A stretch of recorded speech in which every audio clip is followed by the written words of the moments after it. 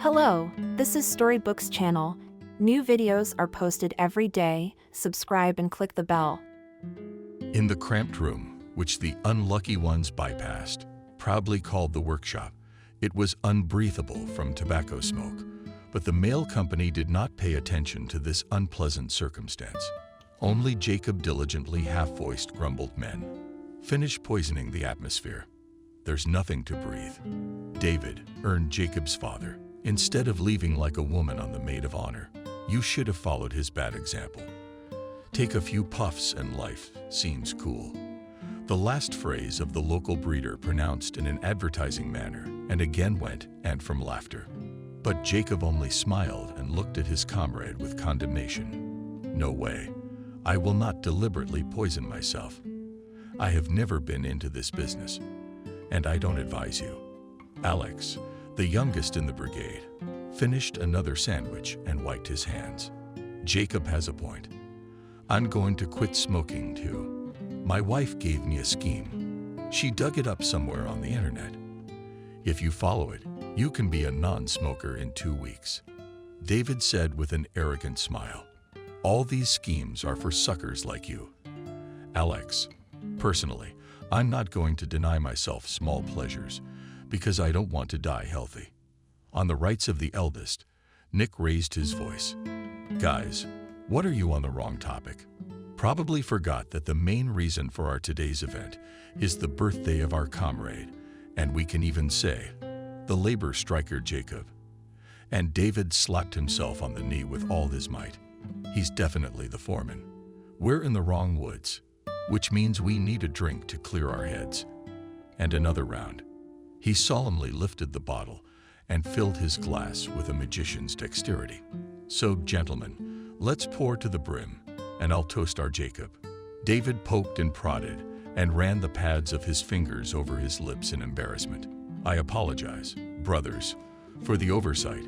It was my brotherly way of putting it. In short, Jacob, I will be a little wordy, or the fluid in the vessels will boil. Good health to all your organs, and more money in your pockets." The rest of the campaigners followed their friend's example and drained their glasses. Taking advantage of the pause, David continued to develop the theme of the day. "Jacob, with all our respect for you, I have to put you on the spot." David raised his eyebrows in surprise. "I don't quite get it. What are you implying?" David did not even have time to open his mouth, as he was ahead of him. "Alex, David means that you didn't warn us about the upcoming celebration. If we didn't know you well, we would think that you don't want to introduce yourself." He said all this in a curt voice, but he couldn't dodge the punishment. David gave him a good slap. "What are you, a rookie, always meddling where you're not wanted? In the Navy they punish such liberties mercilessly. Better than grown-ups. Listen, Alex tried to tell David that you're always humiliating me. By the way, I'm quite an adult, an independent man. I even managed to get married." David condescendingly looked at the guy. "Alex, the level of maturity of a man is determined by intelligence, not by life." The men laughed amicably, even the always serious one. Nick began to burst out laughing. "Oh, you have a tongue like a pomelo. Why did you offend the guys? Maybe they have a modern youth, everything is different, and they think in the wrong place that should be." Alex jumped up as if he'd been surrounded by a snake in his soft spot. But David grabbed his arm. "Sit down and don't boil. You have to be able to take criticism. You take offense like a young lady in the Navy. That's not allowed. They'd break them quickly." David filled the glasses. "I hope, Jacob, you won't mind if I suggest a drink to those at sea. There is a tradition in the Navy that the third toast is always drunk to those who are far from their native shores." Alex opened his mouth, but Nick looked at the young upstart so expressively that he was speechless. Jacob was the first to drink. The others followed him. "Among my friends were those who devoted their lives to the sea, and one of my buddies was a crewman. He'd just been transferred to this submarine in August, just before the disaster." There was a long pause, and David realized that it was necessary to lead the company out of the deadlock of sadness. "Guys, this isn't going to work. We're not at a wake. Let's have 5 more drops, and I'll tell you what happened to me just the other day." Nick winked at Jacob. "Now David will tell jokes." David leisurely drank and took a bite of lemon slices. All of Nick's anecdotes come from life. "Just last shift I was doing my rounds. Remember, it rained for 24 hours, but service is service, and I put on the rain and went to check my sight. Since the bike was not to pass, went on their own too. About that I was from the station about 2 kilometers, and maybe more. And it was already starting to get dark. God forbid the weather. I was walking and saw something moving on the rails in the distance. The first thing that came to mind was that someone was drunk, and the train was scheduled to come. So I pick up the pace. I'm running and I'm thinking, I don't want to witness someone else's death." David was an excellent storyteller, and in a minute all the men were sitting, frozen in anticipation of the denouement. Alex even opened his mouth, and he burst out involuntarily. "What a horror! And who was there on the rails?" David looked at everyone present with a meaningful look. "A mermaid. There was a real mermaid with a tail and kernels." Nick kicked himself on the knee, but apparently he had not calculated the force of the blow and grimaced with pain. "David, you and your nonsense of honey of sin, how can a mermaid be on a railroad? Tell me a favor. You didn't take any of that before your rounds, did you? What are you, Nick? How can you suspect me? I don't break discipline in the workplace. Then how do you explain a mermaid showing up on the tracks?" David wasn't even embarrassed. "When I was in the Navy, I had a thing for mermaids. And they've been after me for a quarter of a century. And even my purely land-based profession doesn't stop them." Jacob stopped the joker. "All right, cut the crap. I also had a similar case last year, but the trap then fell into a young classic.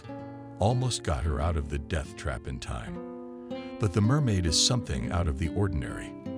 The man made an upward spiral with his hand. David poured some vodka into his glass and knocked it over. "You don't believe me? I thought you wouldn't believe me. That's why I took a picture of the little mermaid on my cell phone. Look." David's cell phone changed hands, but the men couldn't say a word. Only Alex was reading confusedly. "A real mermaid. And she's all dressed up. Only seaweed is missing." Sour faces of comrades pleased the storyteller, and he even sang something like a circus march. "Men, I almost died of fear myself. Imagine, evening, rain, near the woods, and that's wise. Right on the tracks. The solution is simple. The girl has fallen behind the car. She, together with her troupe of artists, traveled to cities and towns to amuse children, and the role was allocated. A mermaid and bee. They gave her very few words. Hear the girl, and took offense. And in the break between performances, she trouble-poured strong drinks and drank too much. But it seems she was not the only one in the team. When she had to go to the bathroom, she decided to get away from the road and came back the car. The trail was gone." Alex is excited about David's story. "What happened next?" The man shrugged. "It's no big deal. I did. I'm the Little Mermaid. At the police station, she was having trouble getting around on her own. Her tail was in the way, and she'd had too much to drink. When the cops saw who I brought them, they laughed nonstop for an hour, but then they drew up a protocol and returned the Little Mermaid.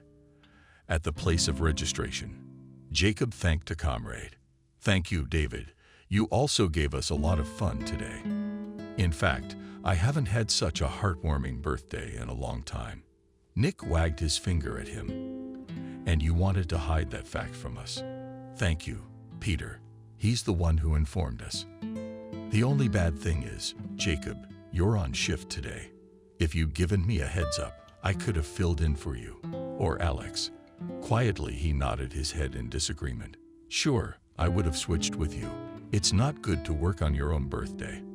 I haven't paid attention to such events for a long time. And you guys, thanks for the company. You're my soul today, or what?" David couldn't pass up an opportunity to speak his mind. "Yeah, we're always ready. especially when there's something bubbling in the vessel. You'll be on duty without adventure. After what you told David, I'm gonna be seeing mermaids everywhere." The men began to disperse, and Jacob quickly got out of sight.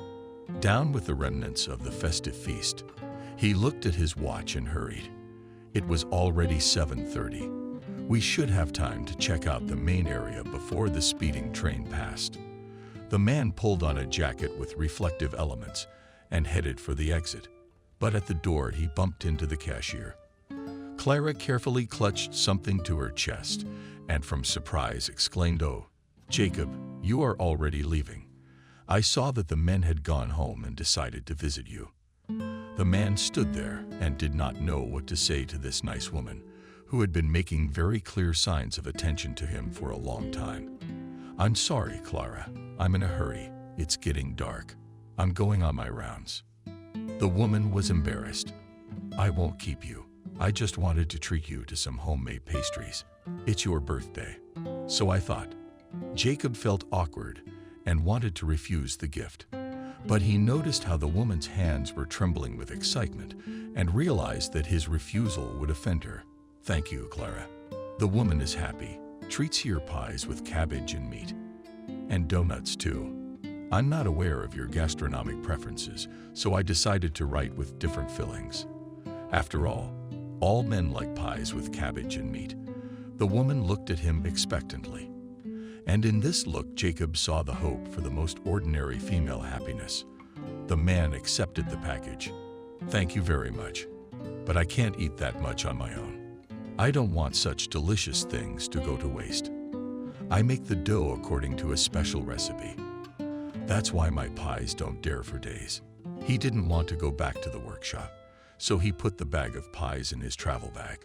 Jacob's back felt Clara giving him a long look, but he didn't look back. He just thought how many birthdays I've had in my life. But this is probably the first one in many years that has given me some joy. Over the years, men has well studied the route, and during the obligatory raid thought about the strangeness of his life. He used to love holidays in the circle of friends back in his distant youth, but then, after the tragedy that happened to him, everything changed dramatically, and Alex began to hate even his own birthdays. This morning, too, he thought with irritation that another joyless year of his life had flown by. But coworkers and Clara and her hotels had struck strings in his soul that he thought had been ringing for a long time. August evenings increasingly reminded him of the near arrival of fall had not also become noticeably shorter. Therefore, Jacob reached the final point of his checkup raid when it was already quite dark. Right on schedule. An ambulance rushed past, throwing small stones in different directions. The man muttered, "It's time to turn on our little flashlight, or I'm going to get in trouble on my own birthday." Jacob reached into his tool bag for the flashlight signal, and his hand came across something warm. He exclaimed, "Pies from Clara." It was about time for a refreshment. He looked around and saw nearby the hulk that remained of a small wooden structure. Not long ago, it had been a small booth to shelter from the rain and wind.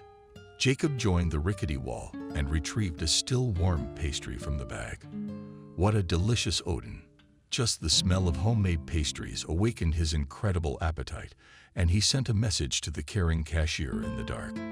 "Thank you so much again, Clara." This reckless act awakened a youthful excitement in the soul of a mature man, and he winked at the stars that were peeking at him from above. "What do you think? Maybe happiness will smile on me too." "The sky lanterns," answered him. But suddenly, in the middle of the evening meal, a cell phone beeped. During the rounds, Jacob always hid the device in the inner pocket of his jacket. This call took him by surprise, and he hastily began to wipe his hands on the grass. "Damn it, who's trying to contact me at this inopportune time?" Suddenly, the thought flashed through his brain that it was his son, finally remembering his father's birthday.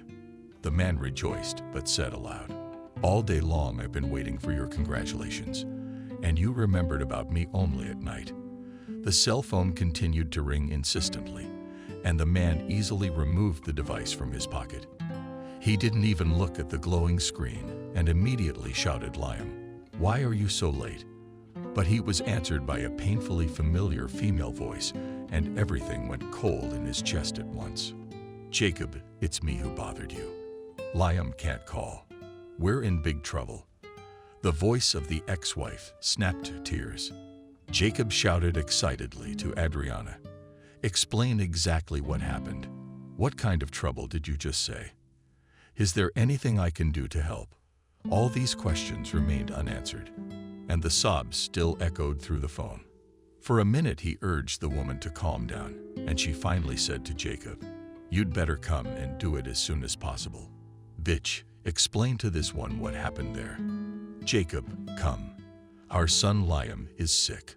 I'm sorry, I can't talk anymore." There were short beeps, and the man couldn't move. He was frozen in a dumb stupor, and in just 1 second all his almost 50 years flashed before his eyes. He was brought out of his stupor by the loud horn of a diesel locomotive. Jacob looked at his watch and in confusion commented that it was a freight train, so it was already 10:30. His nerves instantly tensed, and his brain began to work hard on what he was going to do in the coming hours and minutes. The man jumped on his bike, and within half an hour he was at the station. There was no one in the building except the night watchman and the cashier Clara. The woman looked at Jacob with surprise. "What's wrong? You don't have a face." The man was immersed in his own unhappy thoughts, so he answered almost blankly, "Yes, something has happened, and I have to leave immediately. But I'm at a complete loss. I don't know what to do. The only thing I know is that I have to go to Springfield." He had a hopeful look in his eyes, and Clara immediately suggested the only correct solution. "You need to get on a plane. It'll go faster.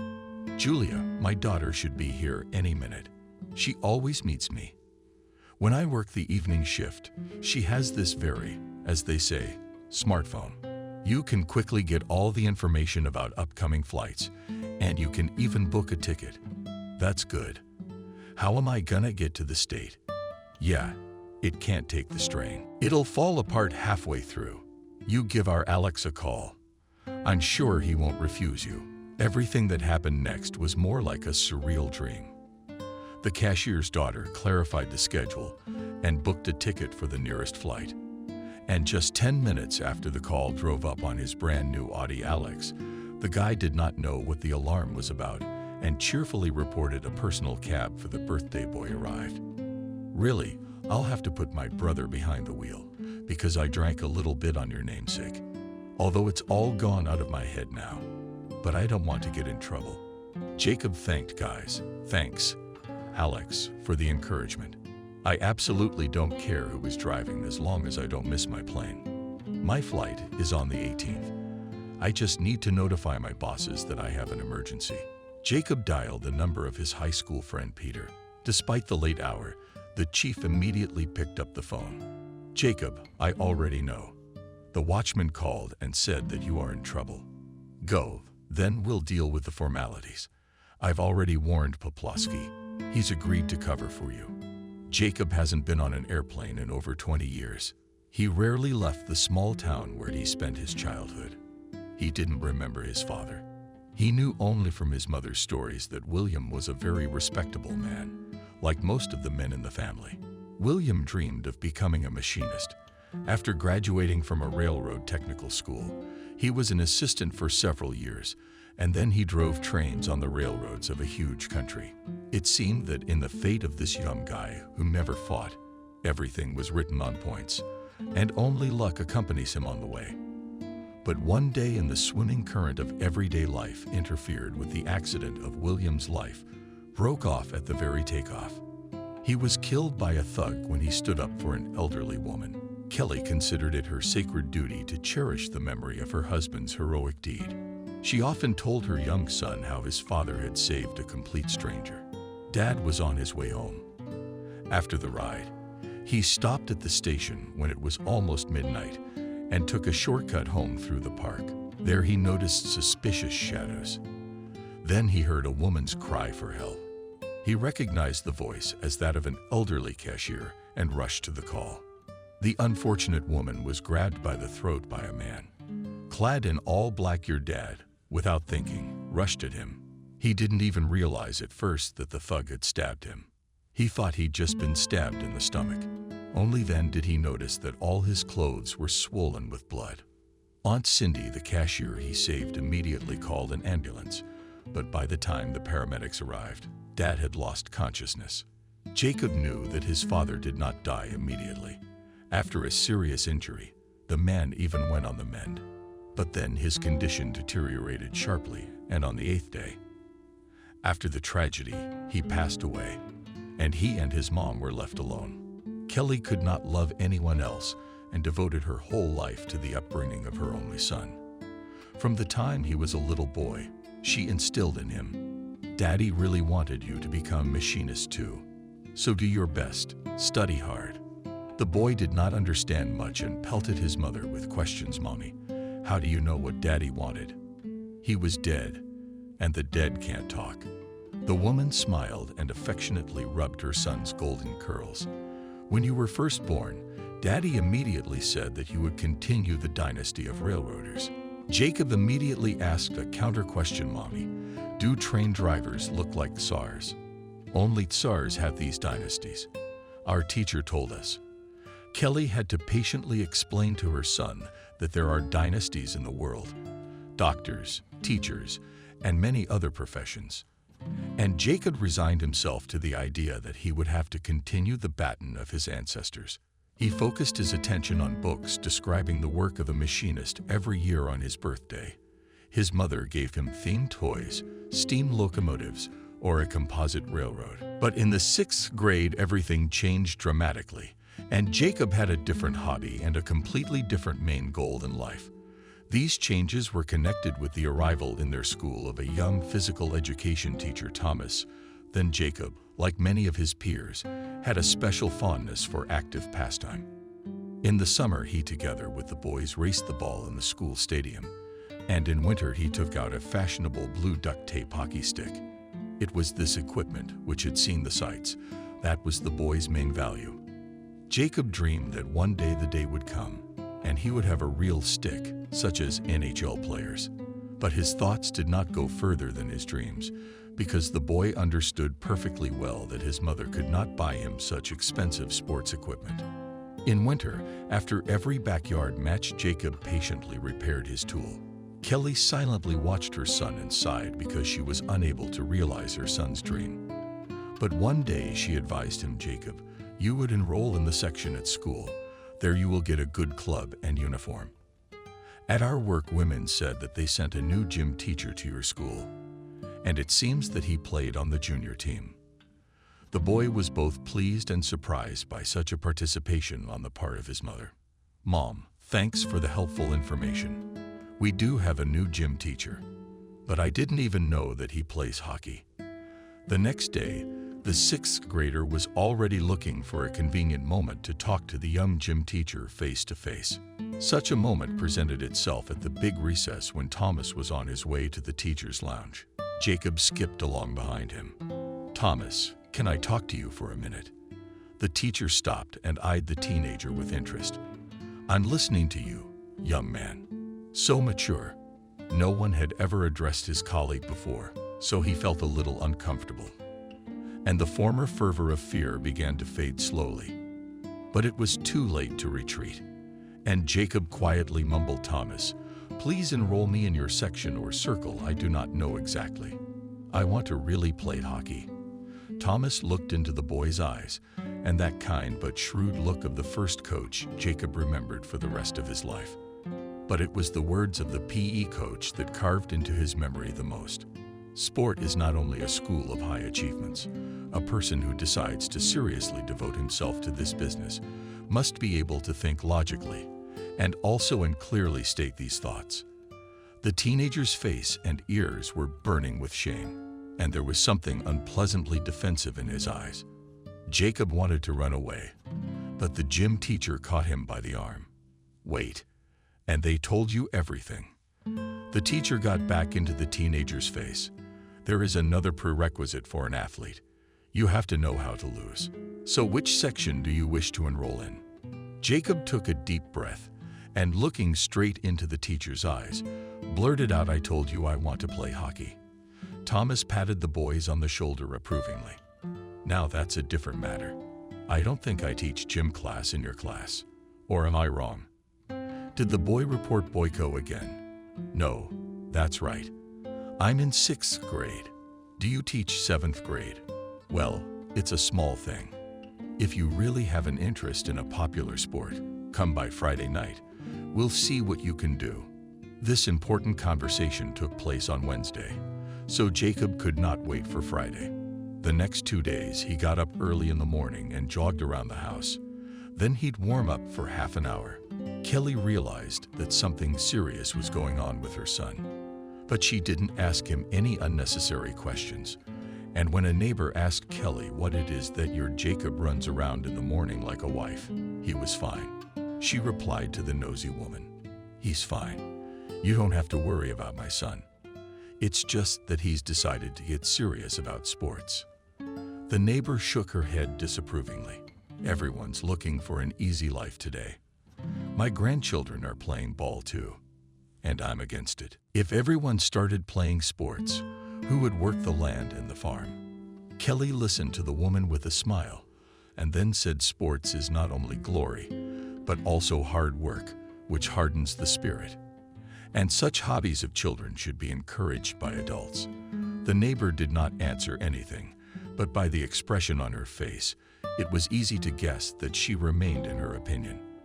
The long-awaited Friday came, and Jacob anxiously awaited the evening at the appointed time. He timidly entered the gym where the training had already started. Thomas waved to him in a friendly manner. "Jacob, come and meet the team." The guys received him kindly, and by the end of the first session, it seemed that he had been training with these guys for at least a year. But the section had its own rules, about which the newcomer was immediately informed by the team captain, Sam. "Jacob, we have very strict requirements Thomas has set here. Any violation will result in expulsion. So if you have problems with your studies, you can forget about training. Also, no language, no swearing, no fighting, no unexcused absences from practice, also on that list. So it's better to assess your capabilities right away."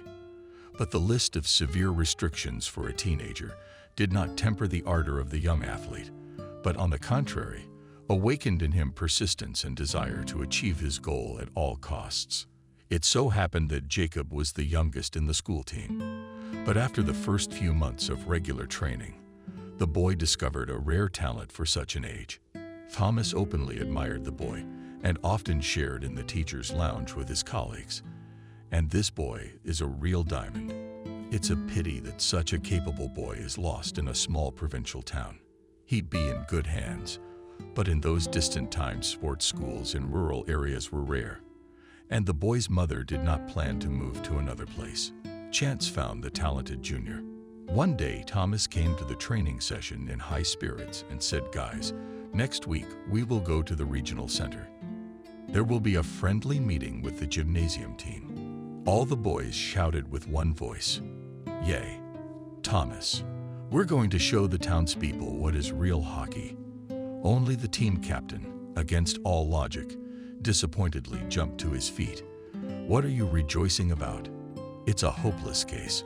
We're definitely going to lose." But Jacob strongly disagreed. "That's it. You're the captain. You're supposed to keep the boys focused on winning. With that attitude, of course we're going to lose. You forget what Thomas said about believing in winning." Sam looked at the daredevil with hatred and muttered early, "It's Jacob who's casting your vote, so sit back and breathe. Your number is 16. But Jacob was not embarrassed by this fun, and he began to vigorously defend his opinion. A heated argument ensued between the team members while the coach watched his pets from the sidelines. At the end of practice, he called out to Jacob, and the team froze in anticipation. The gym teacher waited for the allotted pause and said decisively, "Guys, I want to make a reshuffle in the lineup. Let Jacob take the place of the center forward for this game, and Vejo will move to defense." Sam looked obliquely at the coach, but did not say anything. That day, the captain realized for the first time that he was losing his authority. It was a heavy blow to the teenager's ego. and he immediately identified the culprit of the unpleasant circumstance: Jacob. The friendly match was held with full stands of the sports complex, and the substitutions made by the coach had a positive impact on the game. Only Sam, the whole game, discreetly put sticks in the wheels of the new forward of the team. But such setups caused Jacob only rage, and he alone sent 3 pucks into the opponent's goal. As a result, the match ended cleanly and with the victory of the Thomas team. It was the first furor in the life of a provincial boy. The boys rocked Jacob in their arms for a long time, because it was the young forward who contributed the lion's share. He was congratulated and shook hands with complete strangers. And such a public confession at first shocked the guy, so he tried to hide in the locker room. But as soon as Jacob closed the door of this soulful room behind him, Thomas appeared, accompanied by a strange man. "Jacob wants to meet you, Ethan." The boy looked at the man with all his eyes and was afraid to believe that it was the same coach whose name rattled all over the world. Ethan was a good psychologist and understood what was going on in the teenager's soul. He gave him a friendly pat on the shoulder. "I won't beat around the bush, but I'll get right to the point. And I'm recruiting a new junior team. I watched your game very closely today, and with all your shortcomings, do you have any prospects for growth? If you're seriously thinking about playing a big sport, here's my hand." Ethan extended his hand, and Jacob shook it as an equal. Further events spiraled its spiral. Ethan personally traveled to the town of Utah to speak to the mother, a talented boy. Of course, Jacob was not present during the conversation that decided his fate. But when Ethan left, Kelly held her son tightly to her and whispered to him, "Sonny, it happens. Once in a lifetime you are kissed by good luck, and you should not lose this, perhaps the only chance." From that day on, life spun at breakneck speed, and the name Jacob began to appear more and more often on the pages of newspapers. Sports commentators covering important tournaments also paid attention to the talented striker. Very quickly, Jacob got used to the fact that behind him is a trail of loud fame. Along with success came financial stability. At first, the young man was very cautious about remuneration, but very soon got used to nothing to limit himself. Of course, he helped his mother and even tried to persuade her to move at least to the regional center. But Kelly persisted. "Son, I've gotten used to living here all my life, and at any time I can go to my father's grave." Jacob knew that his mother regularly went to the cemetery, where she shared her joys and sorrows with a man who had long since passed away. This attachment weighed on him, and he wanted very much to change the life of the woman who had given him everything. But since his mother categorically refused to move, he decided to give her an unusual gift during the next vacation and organized a major renovation of their small apartment on the European model. At that time, such transformations were a novelty. And so the neighbors with 6 months went to look at this miracle. "Well done, Jacob. Look at the conditions his mother created in such a nice house. It's not terrible to face old age." Of course, the young sportsman did not forget about his own well-being. He studied in absentia at the Institute of Physical Culture, passing with the squeak sessions between championships of different levels. Jacob made the most grandiose plans for the future because he was in great demand as a legionnaire. This obscure term alarmed many people, especially those accustomed to standards. Kelly, all the same neighbors and work colleagues reprimanded. "Look, Kelly, so that on a crooked road your son did not turn. I can still understand when a person plays for their own, but to chase around the field with a stick for someone else's interest only for the sake of money, it does not come to consciousness." But Jacob paid little attention to such discussions. He was flattered that he is literally on the prowl, trying to get quite famous hockey gloves. Even his mother's warnings he took with skepticism. Mom plays for money on someone else's team. It's a normal practice, and all your worries are for nothing, because nothing bad is gonna happen to me. But with my abilities, I'll be able to make a good life for you and me.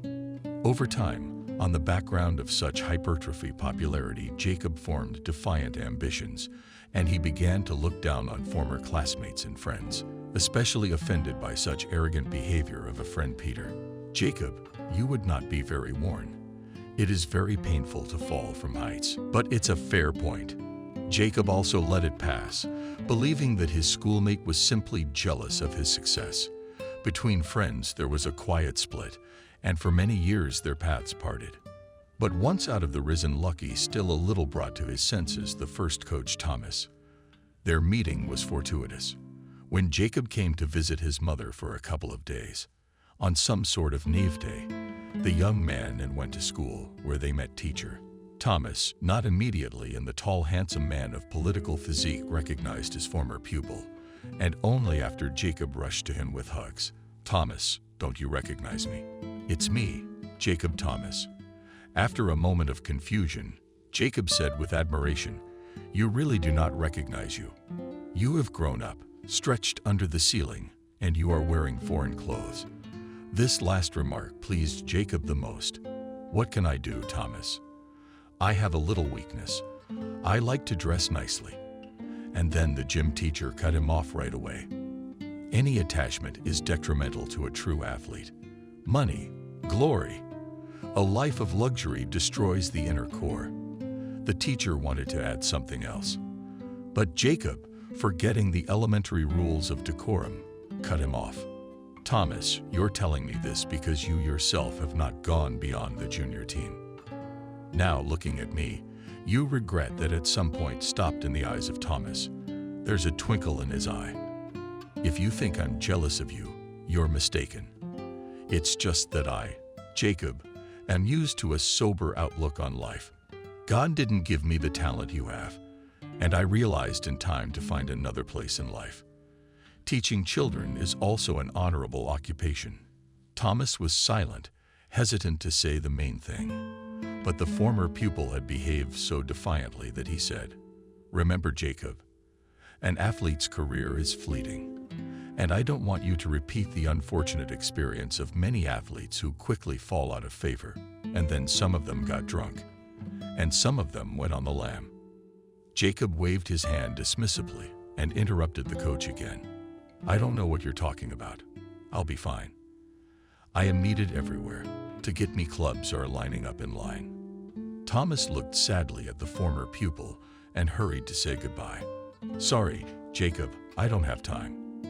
I'm in a hurry to get to my lesson. Only when Thomas disappeared behind the doors of the school gym, the boy realized that the coach deceived him. What class in July? He just wouldn't talk to me. That's okay. I'm not used to being punked. On a lighter tune, Jacob headed for the station where Kelly was working in the cafeteria. But in a small square, a gypsy woman blocked his way. Wait, soldier, don't hurry. You can't run away from your destiny. No matter how hard you try, give me your hand. I'll tell you the whole truth. The young man distanced himself from the fortune teller. I do not believe in all this nonsense. Leave me alone. The gypsy shook her head, and like a proud. In vain you are so Guy. Remember the word.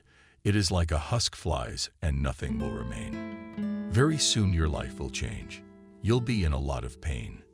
Jacob did not want to listen to these prophecies, and he quickly walked towards the station building. But the fortune teller was after him already tonight. You take my words very differently.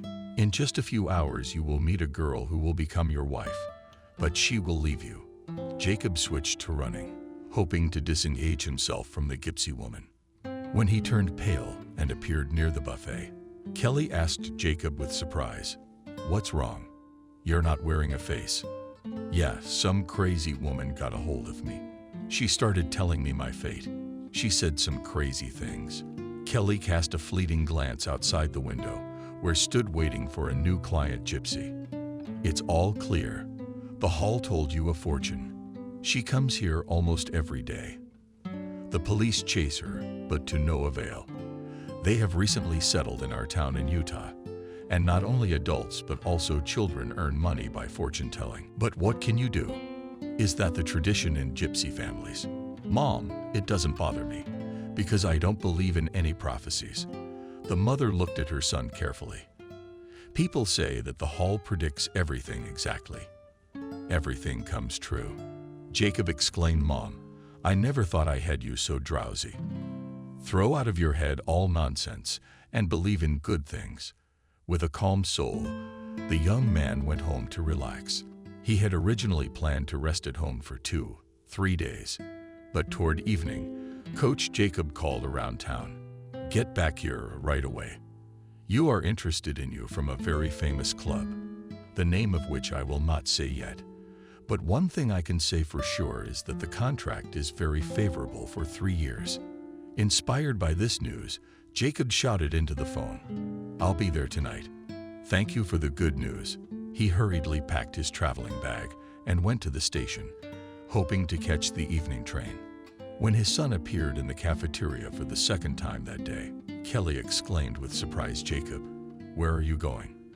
The young man grinned, Mom, it seems that your predictions in the gym are beginning to come true. The head coach called, demanding to see him. He looked at his watch and smirked enigmatically. It's 8:00 p.m., and I have until midnight to meet my future bride. That's what the gypsy told me. So Mommy, get ready for the wedding. The pilot left his mother and jumped into the train. Kelly stood on the platform with a confused look, clasping her hands to her chest. In 5 minutes, Jacob had already forgotten about the prophecy of the fortune teller. He was more concerned about the terms of the new contract. His intuition told him that this time he would be much luckier, and he would play for the Czechs or Slovaks. At the terminus, he jumped out of the carriage and almost spiked a girl who was trying to balance her huge suitcase on wheels. The stranger had in no way expected him and let go of the handle out of surprise. The suitcase tipped upside down on its wheels, and the girl shouted indignantly, Where did you come from? Now I'm definitely here till morning for the country with this damned suitcase. Jacob behaved like a true gentleman and easily lifted the heavy burden. I'm ready to redeem myself. I order you to go. Where to deliver your suitcase? The girl was pleased with the unexpected assistant and said in a commanding tone about delivery to the cab stand. Jacob was on a roll. I can give you a ride. Sit down. The girl looked at him with bewilderment. Are you a provocateur? No, I'd rather walk with my legs to the crowd. Otherwise, they'll think I'm crazy. The young man did not insist on his proposal and rolled the suitcase in the direction indicated. But barely 100 meters away, one wheel of the suitcase fell off. The girl began to lament. You can't trust these merchants. The guy who sold me this suitcase for a fabulous price assured me that it would last for 10 years at least. To support the conversation, Jacob also began to stigmatize the sellers of low-quality goods. He even gave the example of an unsuccessful purchase of jeans, which after the first wash shrank by 6 sizes. Jacob took the ill-fated suitcase on his shoulder, and the girl shifted behind him on her high heels. The burden was heavy even for a man of such training as the willing helper, and Jacob was already finding it difficult to maintain conversation. Meanwhile, the girl was counting breathlessly. She was telling him about a fabulous vacation in Miami, where she was relaxing with friends. Finally, they went to the cab stand, where a small crew had gathered. The girl simply, without any hint of coquetry, said, You didn't even ask my name. This is the first time in my life. Jacob carefully lowered the burden to the sidewalk.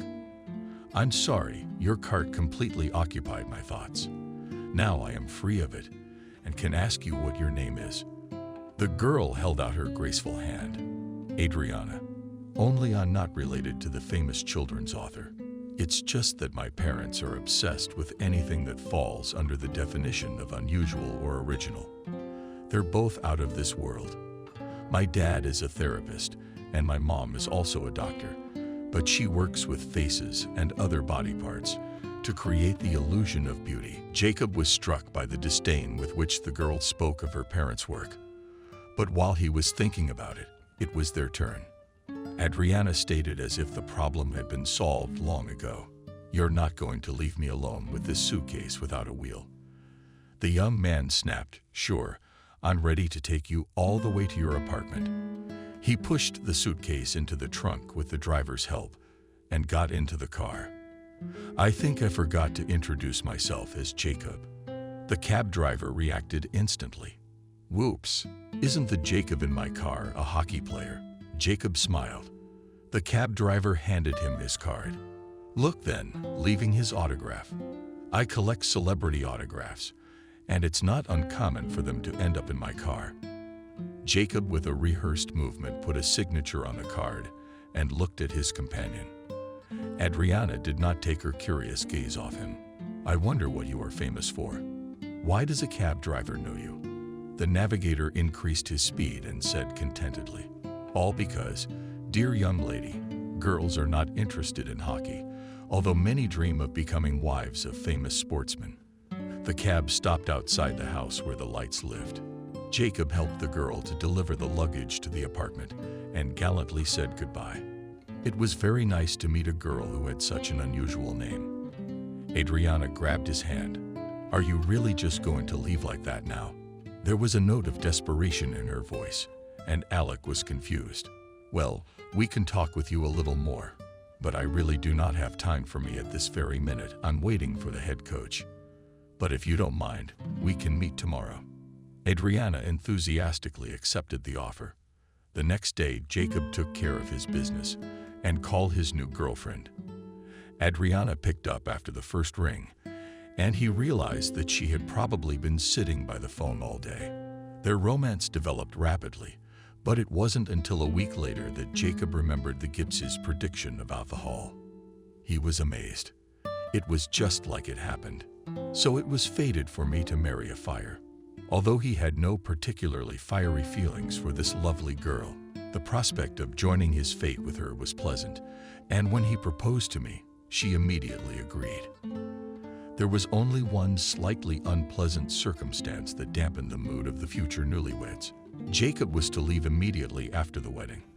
Mark, the girl's father, unhappily remarked, "The athlete does not have everything like people. These endless training camps, training to exhaustion. I do not understand why it was necessary to hurry with the wedding." On this reasonable question, the young could not answer. The first 3 years of their life together more resembled a series of fleeting dates. Jacob motored between the capital and his hometown, and his young wife looked forward to rare meetings. Only later did he realize that the lights portrayed her as a faithful wife and a sold-out friend. In reality, she was most concerned with the money Jacob was earning. During his absence, the girl did not deny herself anything and party to the full at parties and other fun events. Of course, the husband did not suspect the lifestyle of his young wife. Before the end of the contract, Jacob said to his half, "I can no longer live like this and do not want to live. Tired of everything. And the age is not youthful to move here and there. I dream of a normal family. I want to have at least a couple of kids with you." Adriana smiled enigmatically and gently circled his neck with her graceful, liana-like arms. "Dear, now is not the time for change, because we are about to have a third member of the family, and that means we'll be spending a lot of money." The man instantly forgot his fatigue. He embarrassed his wife so that she almost suffocated, and then he carried her in his arms for a long time, giving out the most unfulfilled promises. "After such news, I am ready to turn mountains. I promise that you are our baby. We'll never, ever need anything." Could he have known then that in making this vow to his wife, he was signing his own sentence? The terms of the new contract he was offered were much harsher than the previous ones, but Jacob was willing to make such sacrifices for the sake of family welfare. Only one circumstance took the young legionnaire by surprise. As part of the team, whose honor he now had to defend, was his old enemy Sam. But this fact came to light later, when it was impossible to change anything. When the former players of the school teams had first encountered each other in the locker room before practice, Vsevolod Evil hissed at Jacob, "What the hell brought you here? I thought I'd never see you again. And here you are. I warned you to stay away from me." Jacob himself was unpleasant to see the old enemy, and he himself tried to avoid him. But during one significant match, they still had to go out on the ice together. The opponent was serious, and after the first period Jacob was already exhausted. But he knew that he could not count on a substitute because this condition was stipulated in the contract. There was nothing left but to ask Sam for help. During a short break in the game, Jacob, without further preamble, said, "Listen, Sam, I'm not in the form of a backup today. I'm not a problem. I mean, we're on the same team today." Sam didn't keep his promise. Toward the end of the second period, when a critical situation arose, he was on the other end of the field. There was a big fight. Jacob was attacked by a trio of opposing forwards. One, a particularly aggressive hockey player, swept his stick across his back. After the blow, Jacob was instantly pierced with intolerable pain and fell to the ice. A team doctor came running and gave him an anesthetic shot. Jacob played through to the final, and then barely made it to the locker room, where he was already stretched out on the bench. "Seville it, Sam. That Jacob, they beat you badly." This seemingly innocent question caused the guy's rage. "You're glad they searched you. You promised to cover my rear, and you went off to some unknown place." Sam guiltily, with his eyes downcast. "And how then, in a distant childhood, a year before the village?" "Well, I'm sorry. It just happened. At some point, I completely forgot about you. And when I realized it, it was too late to intervene. Don't worry about it. You know that situations like this often happen during the game. Tomorrow you'll forget about this little mishap." The next morning, Jacob could not get out of bed. His arms worked fine, but his legs refused to obey. He couldn't feel his legs at all. Fear and panic shackled his consciousness. Guy's memory gave away the gypsy woman's cutlass, and he screamed, "Cursed witch, you're the one who gave me the steak." For many months, Jacob had to undergo treatment in different clinics, but medical procedures did not help much. The man was deprived of the ability to move normally and serve his daily needs. Therefore, a wheelchair appeared in their cozy apartment almost simultaneously with the birth of little Liam. But such an object greatly annoyed Agnia, and she, every time passing by the chair, kicked it with her feet. This abnormal habit of the wife served to worsen relations between the spouses. The second factor provoking scandals was the acute lack of money. After all, Adriana is used to living large and did not want to put up with the need to cut back on many items of expenditure. One day she, completely without thinking that she could cause her husband heartache, said with cold directness, "Jacob, I was marrying a healthy man capable of providing for us Liam, but I couldn't imagine having to care for an invalid. I'm sorry to be so blunt, but it's better to tell the truth than to lie for the rest of my life. I'm still young, and I don't plan to spend the rest of my life as your bedside nurse." He was amazed at the cynicism of a woman who had once put her life together. The man even thought for a moment that he had misheard, but when he looked into his wife's eyes, he saw an icy emptiness. "How can you be calm?" Jacob said, "Adriana, I'm not holding you. You may leave."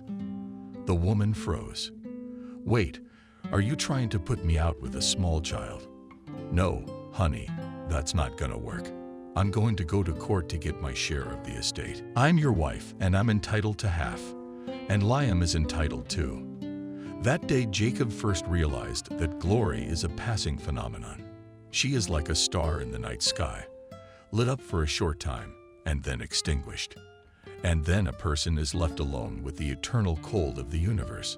Approximately such feelings Jacob felt after that fateful conversation with his wife. More than 2 years dragged litigation, despite the disability of her husband. Adriana did not want to give up her position. In this she was helped by her father, providing the support of an expensive lawyer. Jacob did not have such a strong rear end, so he had to rely only on his own strength. Although Adriana had moved her belongings out of the apartment, she appeared daily to poison her ex-husband's existence. After a few months of such a troubled life, Jacob became afraid of every call and knock. It was unbearable to live in a mode of constant tension.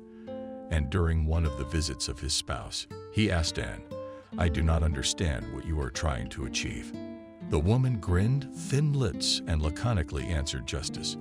And you think you are doing right by the press and me." And why did you take Liam away? It's cruel of you to deprive me of seeing my son. Adriana never worried about her husband's mental health and expressed her point of view with straightforward simplicity. Jacob, you don't have to hide behind your disability. Everyone is equal before the law. And about your son, I can tell you one thing. No one is denying you the opportunity to see him. On the contrary, I'm in favor of you being a good father and contributing to Liam's upbringing. You can see your son anytime you want. You know my parents' address. The man shrieked, "Why are you giving birth to all this nonsense if you know perfectly well that I can't move around without help?"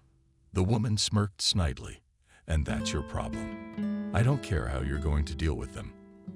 Adriana looked in his direction with a disgruntled look, and a few seconds later the apartment door slammed loudly. Alex was left alone again with his not cheerful thoughts. He realized that his wife was just mocking him. But there was nothing he could do about it. But time passed. The problems accumulated like a snowball.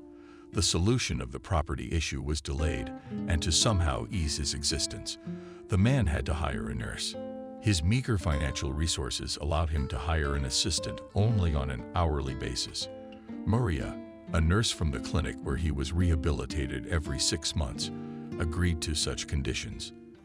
This kind girl tried unsuccessfully to give him hope. "Jacob, you're acting like a child, and you can't do that. Remember what Michael told you. You have to believe in yourself. There are unique cases in medicine of complete recovery from such serious injuries, so you shouldn't give up hope. You have to believe in yourself and follow your doctor's recommendations." She was full of optimism, which was completely deprived of her intransigence. The patient, since Jacob voluntarily gave his wife all available savings, and he barely had enough for life and medication. Therefore, the services of a caregiver had to be paid by Kelly, who not long ago took a well-deserved vacation. To save a little money, the mother decided to move in with her son for a while. Learning that in the apartment, the fate of which is decided through the court, settled in the mother of the former son-in-law, resented Mark. One day he showed up unannounced, and from the threshold of the scandal, "Kelly, shame on you. You also came here to complicate an already tense situation. My daughter and I regard your interference as a desire to deprive our only grandchild of a roof over his head. If I were you, any grandmother, instead of scheming, would have persuaded her son to give up his claim to this unfortunate apartment." Such blatant insolence angered the woman. Kelly could barely contain the urge to punch the therapist's satisfied face, but she realized what such an act of aggression could threaten her and limited herself to saying no. "Mark, it's not me, and you should be ashamed. It was you and your adventurous daughter who ripped my son off. Even his disability doesn't stop you. But it's not enough you're torturing him. You're also trying to take away his only home." Mark decided to use one last argument. "Stop crying, Kelly. You have a fancy apartment in the city, and instead of crying, you could take your son back to your place and keep an eye on him. And if you have problems in this regard, there are special boarding schools for the infirm. By the way, I can help you with this issue. I have connections." Kelly was stunned when the meaning of the saint's words came to her. "You degenerate. Are you suggesting I put my own son in boarding school? That will never happen. But Hugh Rotter will definitely end up in such an institution one day. Your own daughter will turn you in." The verbal duel was taking place in the hallway, and it is not known how it would have ended if Betty had not intervened. Hearing the shouting, the girl jumped out of Jacob's room and asked the disputants, "Have you no shame? Stop this now." This appeal was mainly addressed to the named guest, but it had the opposite effect. Mark finally lost his temper when he saw the girl. "Oh, I didn't even realize it had gotten this far." William not only had the crazy mom checked out, but he'd brought the girl into someone else's apartment. Jacob almost from the beginning heard the whole conversation, but did not want to interfere. Only when the father-in-law went beyond the bounds of permissible, he could no longer tolerate. He came out of his hiding place, and as calmly as possible, he asked his ex-wife's father, "Mark, please go away." But the father-in-law was no longer recognizable. Kind people, look at our miracle on the wheelchairs rolled out. Jacob felt a hot wave sweep over him, and for the first time in 2 years he got to his feet. The terrified father-in-law rushed to the door, and the two women cried with joy. Kelly whispered through her tears, "Oh my God, it's a miracle. Jacob's up." It was only a few seconds. The man stood looking around, but those moments were enough to make him believe in himself again, and he no longer cared about his wife and her father. He didn't want to think about the upcoming court hearing, where the apartment issue was to be finally settled. The man's heart rejoiced at his first victory over his ailment. Betty's mom, "I'm standing. Look, I'm standing." Upon hearing of the miraculous phenomenon, the attending physician was not surprised. It's not a miracle, but a natural reaction to extreme stress. This phenomenon often happens to paralyzed people. Under the influence of strong emotional stress, brain centers are activated. To put it simply, they remember what the body should do in a critical situation. But all this happens reflexively. True, in our case, we can state that there are definitely positive changes. After a detailed examination, Michael advised. Now, it is difficult to say how successful the restoration of function can be, but to speed up the process, it was good to take an additional course in good clinics. Jacob sighed heavily. But such supportive treatment must be very expensive. I can hardly afford such a luxury in the current situation. After all, you can't spread yourself thin on a disabled person's paycheck. Duden didn't answer right away. Unfortunately, today paid medicine can give much more than state clinics. And of course, such a course will not be cheap. But when it comes to health, anyone is ready to sacrifice everything. Many people sell their summer houses and apartments.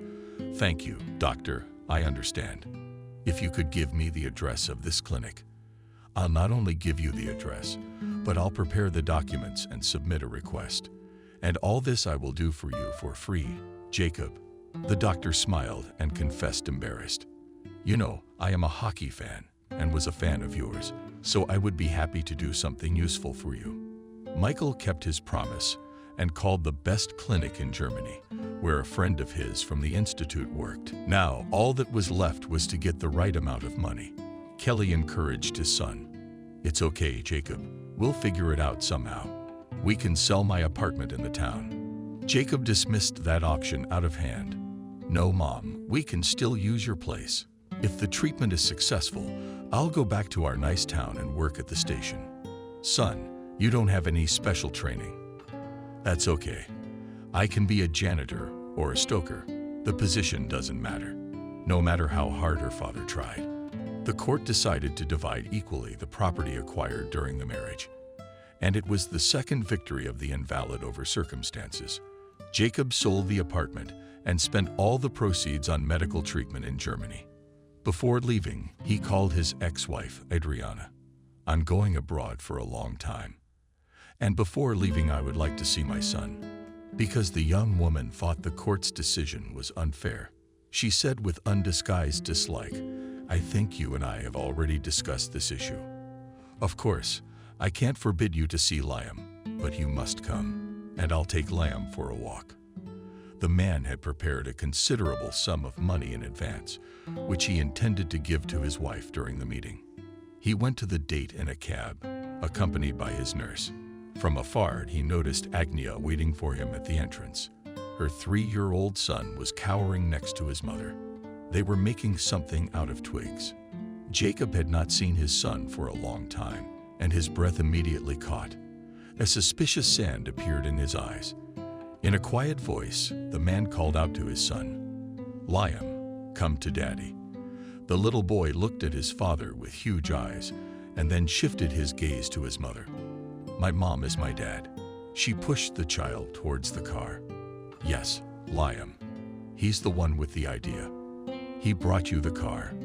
Jacob felt awkward because he had completely forgotten that children are supposed to be given toys. Adriana looked at him defiantly, and then he remembered the envelope. "Liam, Daddy's legs are sick, and he can't go to the store to buy a car. There's money in this envelope, and Mommy will buy you anything you want. Adriana literally snatched the envelope from his hands and immediately counted the money. Her thin lips pressed together. She squeezed it all out of her. "Yes, that's all I can give for now. But you sold the apartment. All the money will go to your treatment. It may seem strange to you, but I really want to learn to walk again and live a normal life." The woman said with a kind of gloating gloat that you'll never make it. You'll only waste your money. Varvary all this time sat silently in the back seat of the car. When Adriana expressed in such a strange form about expensive treatment, the girl did not hold back. "How can you talk like that? You have no heart. What if you were in Jacob's shoes?" The ex-wife came closer to the car and looked into the cabin. "Who's that yapping in there?" "Wow, Jacob, you've already replaced me. And all you do is complain about your health, pretty lady. Remember, I'll never be in a wheelchair because my head is in the right place." Adriana looked at Betty with dislike once more and returned to her original seat. But the presence of the young girl in the car had dealt a serious blow to her ego, and she decided to get back at her invalid husband. In a deliberately loud voice, Adriana commanded Liam, "We have to go home. Daddy has to go too." The boy sat on his father's lap, and he clearly did not feel like following his mother's orders. Jacob pleaded with him, "Why do you do this to me? Just let me be with my son for a little while." The woman pulled the child out of the car. "You don't make new sons."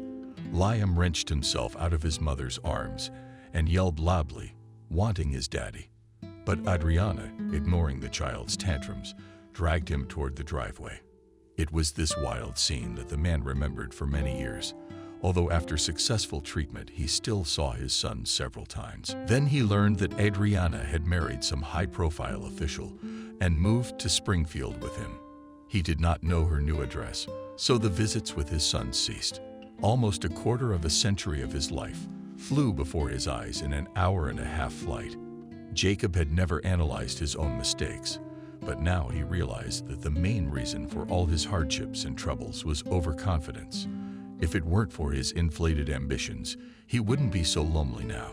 Kelly would probably have lived to see today too. At the memory of my mother, a painful prickling under my heart and a thought flashed through my mind. She had indeed given me not only the best years, but also a part of her life. But perhaps all the trials were sent to me from above so that I too could save a man's life, my son's life. This was the question he asked himself for the first time. But there was no time to think about the answer, because the Snow White airliner had already landed and was rolling smoothly along the landing strip. Jacob did not have to waste time waiting for his luggage, because he went on a trip light. The man wanted to get to the hospital where his son was being treated as soon as possible. He headed towards the cab stop but was suddenly called by Jacob. He turned around and saw a woman running towards him, a woman in whom he hardly recognized his ex-wife. By an effort of will, he restrained an exclamation of surprise, and when Adriana approached him, he greeted her politely. "I didn't expect you to meet me. You could have warned me." The woman waved her hand nonchalantly. "Why are you looking at me like that? Have I changed a lot?" "I have a little. You know, Jacob, I don't recognize myself, and I stopped looking in the mirror. But you're not interested in my worries, are you?" The man politely remained silent. "Adriana, as if by the way, I was not going to meet you, but then I thought it would be more convenient for everyone." "Jacob, I don't see why that would be convenient," and who his wife meant by the term everything. But he knew from previous experience that Adriana was better not to ask unnecessary questions. For a few minutes they stood in silence as complete strangers and even looked in different directions. Finally, a free car arrived, and the man decided that it was better to mark the distance at once and sat down on the seat next to the driver. Adriana settled in the back by her frequent breathing. It wasn't hard to guess that she wasn't happy with her placement in the cab. Jacob felt a little sorry for her, and he decided to smooth over the awkwardness from the first moments. Turning around, the man asked, "Adriana, will you tell me in a nutshell what happened to Liam?" This question brought tears to her eyes. The unhappy woman began to speak so fast that her confused speech could not be understood. Jacob tried to stop her. Adriana, I didn't understand anything. Just tell me what's wrong with your son. Just do not rash words, as a hail of deep sighs was heard. Jacob, it's bad. Although the doctor said there's still hope for a change for the better. Well, you know what doctors can say. Personally, I don't believe it. There was more sobbing, and the man gave up trying to talk to his ex-wife. So in complete silence, they drove to the Republican Hospital. The man paid the cab driver and headed for the main entrance. Adriana could hardly keep up with him.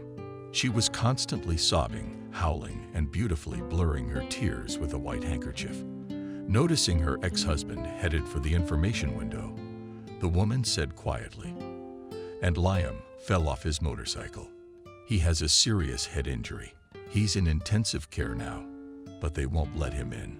But we can talk to the doctor." Adriana just nodded and led the man through the corridors, near a door with a sign saying that no outsiders were allowed to enter. The woman took a breath. "I came yesterday, and I was here this morning too. They wouldn't let me see him, only through the partition. The doctor said that Liam is in a medically induced sleep.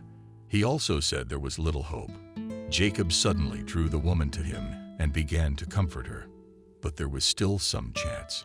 If there wasn't, the doctor would have told you to reason well, because you've always been at a distance, and you don't know what it's like when your child is dying. He pulled the woman sharply away from him. "You must have forgotten the circumstances under which you and I parted, haven't you? I know what it's like to lie there like a log when you've been cut out of your life by the person closest to you." Adriana let out her thorns too, comparing myself to my son. The door with the warning sign swung open, and springing out with that gate came the medic, donning overalls. As he passed by, he asked Jacob, "Which of our patients are you interested in?" "Liam." The doctor raised his eyes to the ceiling, going over the personal details of his patients.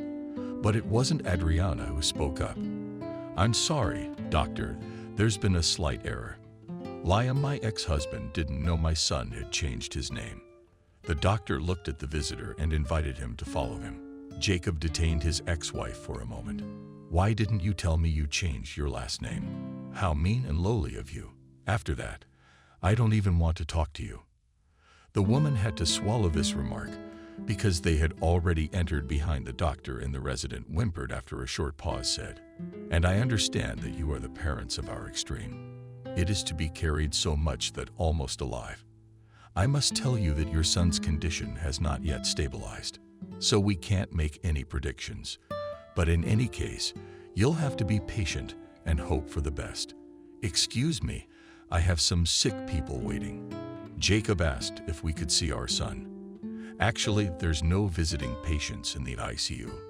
But as an exception, I can allow someone alone for 5 minutes." Adriana spoke up. "Let father come through. I'm afraid I can't take it. This whole environment terrifies me." The woman grabbed the doctor's arm. "Can you just tell me what the consequences will be? Will Liam be able to walk or?" The doctor carefully removed the woman's hand and, with obvious irritation, said, "I explained to you that the current state of the patient does not allow to make any predictions. But it seems to me that the most important thing is that the guy is alive." Just as quickly, the doctor left the office and invited Jacob to come with me. Familiar odors hit his nose, and the man immediately remembered the days when he himself lay motionless in a hospital bed. The doctor led him into a small room where he saw a man whose head was covered in bandages, and various apparatuses connected to his arms and chest. The instruments nodded quietly, and the monotonous sounds made him uncomfortable. Just a 5-minute reminder. He's asleep now, but you can sit next to him. The doctor walked out the door. Jacob cautiously crouched on the edge of the chair. He took the young man's vital hand and stared intently at the features of his face. "Liam, this is how you grew up without me. Perhaps you wouldn't have gotten into trouble if I had been there." Suddenly, the boy's eyelids fluttered and began to rise slowly. Behind the misty gaze of gray eyes stopped on Jacob's face sharply, and the lips whispered, "Who are you?" "I'm your father." Liam made an attempt at a smile. No, my father is different. And the last thing I'd want is to see him. Liam, you can't say I'm your real father. Jacob, don't you remember me at all? The guy tried to smile again. Yes, I recognize you now. Only you've changed a lot since the last time I saw you. A nurse came into the room. Is it time for you to go? Jacob shook his son's hand. Liam, you be strong. Everything will be all right. The girl asked in surprise, is our patient awake? Without waiting for an answer, she ran out of the room. Molly, call Arthur. Tell him that the patient is awake. Jacob had no sooner left the room than the paramedics came rushing in. The last to arrive was a familiar doctor. Are you still here? Go away or I won't let you see your son again. Adriana was waiting for her ex-husband in the lobby, but she looked a little calmer and more confident than half an hour ago. What's up? How's he doing? Fine, I think. We even talked to him. The woman shrieked and gesticulated vigorously. How can anyone be called normal after a trauma like that? He was coming around yesterday too, but he didn't recognize me. I have a gut feeling. It tells me it's going to end badly. Jacob couldn't take the fire. Bad for who? For you or for Liam? The woman gasped as if she had gills under her skin. What's the difference? Well, let's say for me. My husband, and I still have a daughter, and I can't leave her to fend for herself. This is so bad timing. What am I gonna do if he becomes an invalid? I've got to do something about moving. The man was surprised. You're leaving. Jacob, I don't know what to do. It's all coming to a head. That damn accident. I didn't tell you that Liam on the motorcycle made a mistake. At least he remembered to wear his helmet. The temper's out of control. He and Emily were fighting. Emily is Liam's fiancée, so he's trying to prove something to her. I told him a long time ago that this wayward girl wasn't for him. But do grown sons listen to their mothers? Jacob felt like his mind was a mess. Adriana, please stop for a moment. I still don't understand the connection between the accident and the move. Yes, it's a direct connection. My husband's been raising this region for over a decade. And finally an opportunity came up to take a post in Washington. And then there's this accident that my son always does everything out of spite. Jacob raised his voice. Stop being hysterical. You're a mother. How can you talk about your son like that? Let your husband go to Washington alone, and you stay with your son. I can't leave my husband alone. He's helpless. And you know, ex-husband, I've paid too much for family stability. But you don't understand that. The man clenched his fists. He really wanted to say everything in the eyes of this egoist, but to make a scandal in the hospital walls, he did not want to. So he whispered to me quietly, you haven't changed a bit. You're the same bitch who left me helpless once. And now you want to abandon your son to his fate. Go away. I can't take care of myself. The man never even looked at his ex-wife again. But Adriana followed him outside for a while. Jacob, you must understand me.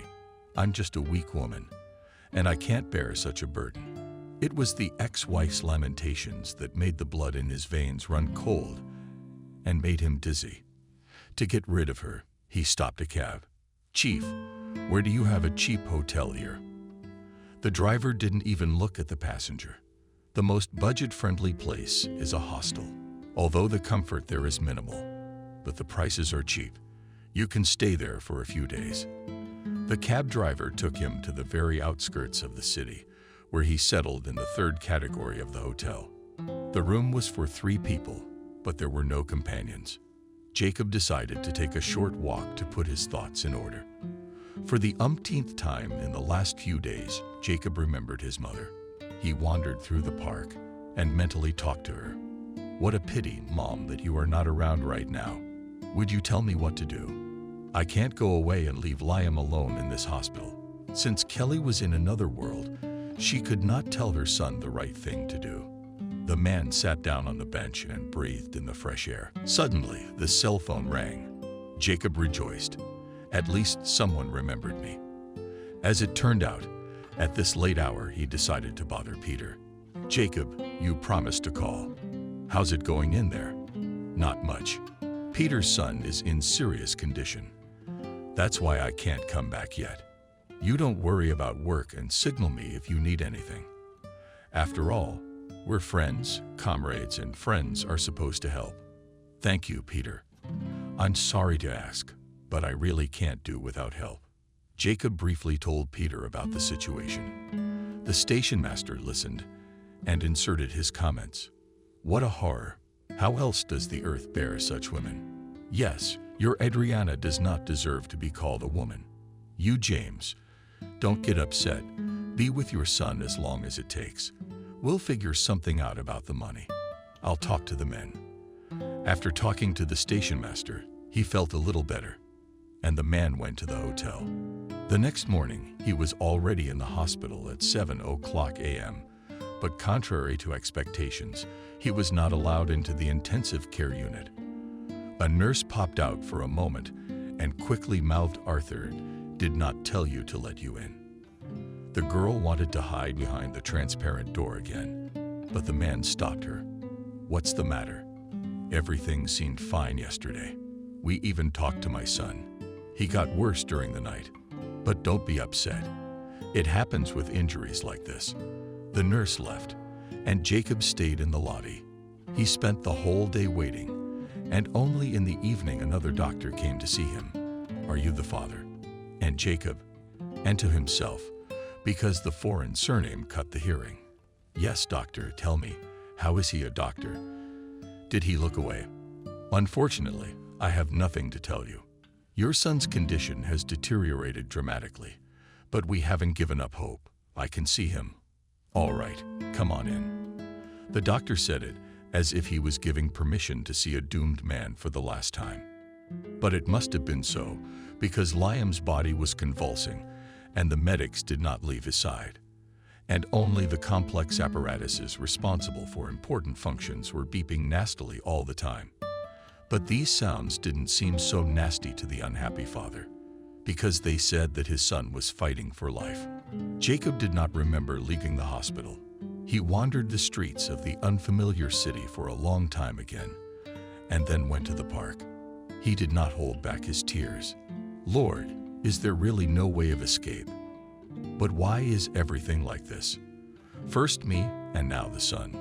All of them. Because, by the way, you and your son have the same fate." Jacob felt as if that voice came from hell itself. He jumped up like scalded, and only then noticed nearby a female silhouette, hiding in the shadows of the trees. In the twilight, the apparition was ominous. But the stranger reassured him, "Don't be afraid of me, and they have caused you no harm. All your troubles have already fallen on your head. Now your pool is under attack, but it will survive. If you find someone who helped you, protected you, and cared about you. You ignored all that and just moved on. She was the only one who believed in you, and you'll have grandchildren. Don't let love get in the way. Love heals." This woman did not look like a gypsy, but her voice immediately reminded him of what he had been told. For several minutes, the man stood in a daze. He wanted to shift, but his feet felt as if they were stuck to one place. He thought that the fortune teller hypnotized him, because everything further happened as if in a dream. Jacob could not remember how he got to the hotel. Only in the morning he came to his senses completely. His hand automatically reached for his cell phone, and the man was surprised to find that he had 5 missed calls. The number seemed familiar to him, but he could not remember who it belonged to. He had to make a return call. Clara answered cheerfully. "Jacob, you finally found it. I wasn't hiding anywhere. It's just that my son was watching me last night, and I didn't hear your calls, but it's still nice to hear your voice, especially since I forgot to thank you for the pies." The woman wondered which pies were the same ones you treated me to just a few days ago. "Remember my birthday?" "Oh yes, so much happens around here every day, you'd forget your own name. Jacob Peter has written you a bonus, and I'll transfer it to your account tonight so you can get the money. Because you really need the money right now." "Thank you, Clara. I'm really struggling financially at the moment. I didn't realize I'd have to stay in Springfield, so I have to stay in a hotel, which is an extra expense. Jacob, I don't feel comfortable intruding on your personal life, but I can help you with accommodations. The thing is, my father's aunt is a distant relative in Springfield. She's still chipper, grandmotherly, and very kind. If you'd like, I could give her a call and let her know. It's kind of awkward. No, it's fine. Aunt Evelyn's let tenants in before. She says it makes her life more fun. Julia's my daughter, by the way. She goes to school in Springfield. That last point was crucial, and Jacob agreed to take Clara's advice. He did not postpone the move to the next day and quickly packed his things. Julia wasn't surprised to see a man on the doorstep. "Come in." Mom called, asking to be received with all honors.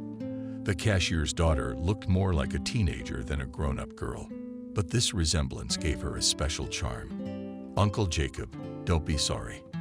We have conditions here that are far from civilized. I'm not picky. I just need a place to lay my head." Julia took him to a small room. I ran to my grandmother's neighbor. "Soon she'll be on the street for our chief informant. If he questions you, you keep quiet. Thanks for the advice." "Julia, can I ask you what? How do you find someone you haven't seen in over 20 years? There's even a show about that. You could also try social media." The man spread his hands in confusion. "Alas, I am not friends with such technology as a computer, but a regular phone with great difficulty mastered." "Surprising. And I thought you were advanced. You're a former athlete. When I was young, there was no such technology." The girl's brow soon made a mixed grimace. "What am I gonna do with you? You'll have to help me find on a piece of paper the data of the person I need to find." The man complied with the girl's request, and Julia promised, "I'll try to find your Betty. And you're bored with the TV, aren't you?" But Jacob had no sooner settled down near the TV than the landlady appeared. The old woman shouted Kelly apartment from the door. Our arrival was heard from the back of the house. "Yes, Grandma Evelyn. He's sitting in the hall, waiting for you. Why didn't you feed the man? You're the hostess." This roll call slightly raised Jacob's mood, and he went out into the hallway, where Evelyn changed into slippers. "Hello, it's me, the tenants." The old lady threw the man an appraising glance and a satisfied one from the advertisement. "Nothing, the kid's good. And the height is good." This time the man could not contain laughter, but the hostess's merriment seemed suspicious. "Why did you get so excited? I beg your pardon. I in no way wanted to offend you. It's just that no one has called me a clapper in a long time." It didn't take Aunt Evelyn long to answer, did it? "For me, all men are like children. They live to see gray hairs, and still they act like boys. Like my late husband." Julia warned the guest of her sad fate. "Evelyn, you'll tell Jacob about your husband, and the neighbors too. Let's have dinner." My stomach was cramping. Evelyn immediately turned her attention to her granddaughter. Young people are not normal these days. Julia's been living the wrong kind of life, sitting at the computer late into the night. How many times have I told Clara to influence the girl? But my words fly off the wall like peas. The older woman suddenly froze with her mouth open. Julia commented, "But that's it. Uncle Jacob, the interrogation will now begin." Evelyn CEC. "All right, the girl. And you stay out of the way." The old woman turned to the guest. "Tell me, what are your intentions about my Clara?" The man almost choked and had to take a drink of water. Only then did he answer, "Evelyn, I don't quite understand you. Clara and I just work in the same organization and live in the same city." The older woman was clearly disappointed by this answer. "Pity, because I thought Clara had finally met her man. She'd only been married a short time. She got a bastard. He took her daughter and ran away." Julia screamed, "Evelyn, how many times can you bring up this story? And where did you get such words?" The old lady parried from you. "You say such things on the phone with your girlfriends that my ears wither. Despite the heated arguments between the relatives, the atmosphere in the house was relaxed and calm.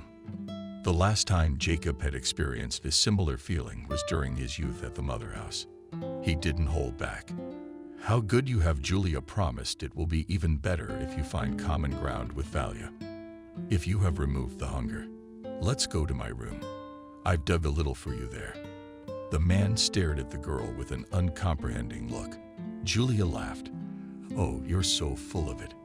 You asked me to find Betty, and you've already forgotten." The girl looked at him. "Uncle Jacob, tell me honestly, why do you need this Betty? To save my son?" Jacob, not knowing why, told about his trouble to the girl, who reminded him of a teenager. Julia listened with bated breath. When he stopped talking, she said confidently, "I know how to find your Betty, though I don't think she'll be much help to your son. Uncle Jacob, can I come with you to the hospital? Maybe I can help your son." Jacob agreed to this proposal, although he did not know how this girl could help Julia. Julia showed him several pictures, and Jacob confidently pointed to one. "That's definitely her. Wow. She, it turns out, has a better understanding of the modern world than I do." Julia smiled, clicked something, and started talking. Apparently, Betty is single, and judging by the photos, she has no children. "Oh, I feel like I'm not getting a mom.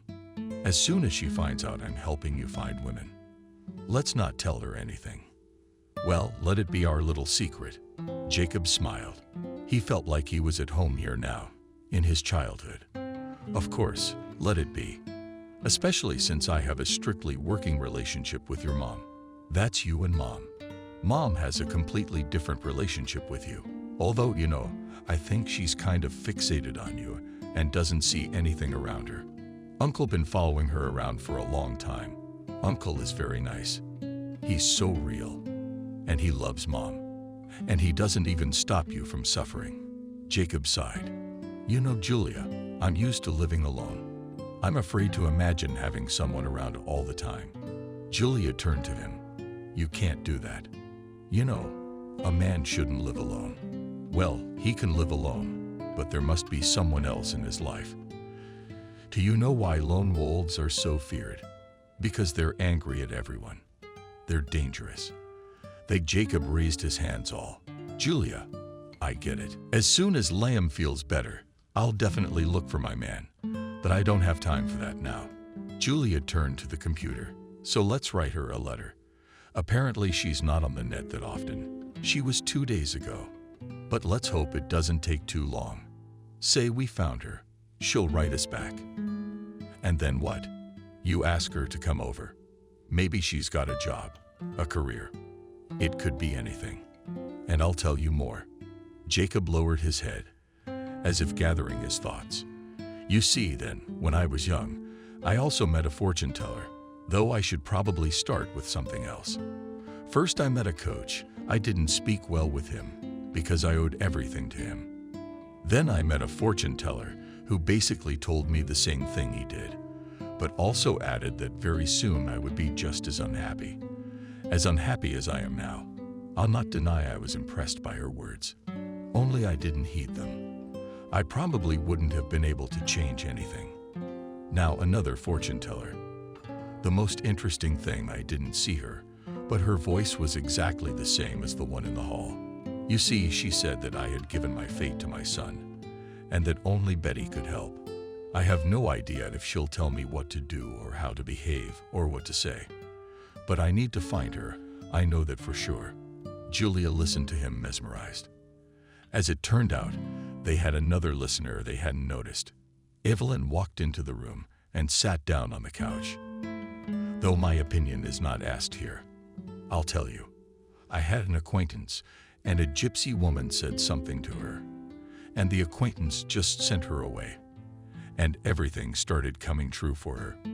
She went to the gypsies herself, and they told her that you can't just dismiss gypsy predictions as shaky.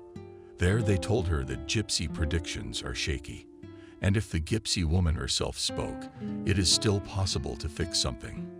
If she had listened then, she would have gotten out of it. But now it's too late."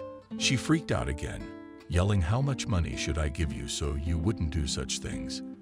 But the old gypsy woman just shook her head and said that if she wanted to, she could give them all the money, because she wouldn't need it anymore. To top it all off, she was hit by a car the same evening, and she certainly didn't need the money anymore. Her own children turned her in a wheelchair into a hospice, having previously done all the paperwork that she was not herself. That's where she died a year later. What's my point? If the fortune teller said that something can be fixed, you have to grab and go ahead. Jacob smiled with a kind of relief. You know, I'm so at ease with you. Are you like yourselves? Are you worried? Grandma Evelyn stood up. I'm disappointed you're not going to marry Clara, but you seem like a good man. So I wish you well. Jacob's up. Thank you very much. Grandma turned to Julia. And it's time for you to go to bed, Dragonfly. It's past midnight. Julia laughed. There is my general. And then Jacob winked as well. Early in the morning, Jacob headed to the hospital. The doctor invited him into his office. Is there any change? The doctor nodded. Honestly, I don't know where to begin.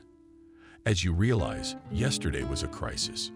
Your son was going through a period of crisis that he might not have gotten out of, but somehow we got through it. Jacob jumped. So Liam will live. The doctor nodded. Wait, rejoice. I won't go into details. I'll put it in my own words. At times like this, the brain is practically fighting itself. It examines the body and sees what can be shut down so that the rest can function without problems. This time, the brain shut down the legs. You see, we did the surgery. How can I explain it to you? Physically, mechanically, practically. But the brain is so poorly understood, you never know what to expect from it. So he shut down his legs at the moment of crisis. Your son won't get back on his feet, just so you understand. Jacob was silent for a long time, and the words were in his head. Your son is repeating your fate. But he did it. He got up, so Liam will get up. It was as if the doctor was waiting for something from him. Jacob's up. I heard you, doctor. We'll fight. I'm sure we'll make it. I didn't realize you weren't leaving. And now I didn't realize where I should go if my Liam is in this condition. The doctor spread his hands. The thing is, Liam's mother, your ex-wife, left today. Warned her not to be disturbed because she and her family are traveling far away. Jacob collapsed in his chair. What a bunch of bastards, though I'm not used to it. She did the same thing to me once, but I thought she couldn't leave her son. I want you to know, I'll never leave Liam. We haven't seen each other since we were kids, so I cherish every minute of it. They stood up the doctor and shook his hand. And Jacob dared to ask, tell me, is there any chance? The doctor looked at him carefully. I could lie to you, tell you about the young body and all that, but I'll be honest, it's a 1 in 100,000 chance. Usually, these injuries leave a person permanently disabled, but there's a 1 in 100,000 chance. The doctor smiled sadly. I sincerely wish that you will be the one to get that chance. Jacob asked permission for someone else to come in. And the doctor said to the nurse, take a pass. How many do you need? We allow access to bedridden patients at any time. You know, there's a staff shortage, like everywhere else. So when relatives are around, it is much easier for the patient both mentally and physically. He stopped in front of the room. The doctor said that Liam is conscious today. Jacob took a deep breath and pushed the door open. Liam lay motionless. His head renamed a medical collar around his neck. Hello, son. Liam looked at him surprised, then smiled faintly. I thought I was dreaming about you. Did Jacob sit down next to you? No, I came straight over as soon as Mom called me. She was gone. Jacob averted his eyes, but then looked directly into his son's eyes. Yes, she's gone, but that doesn't mean anything. I'll be by your side as long as you want me to be. Why? It's not like we haven't seen each other. You don't know me at all, but you're my son. How can I not know you? Liam was silent for a while. Then he asked, it was Mom who divorced you?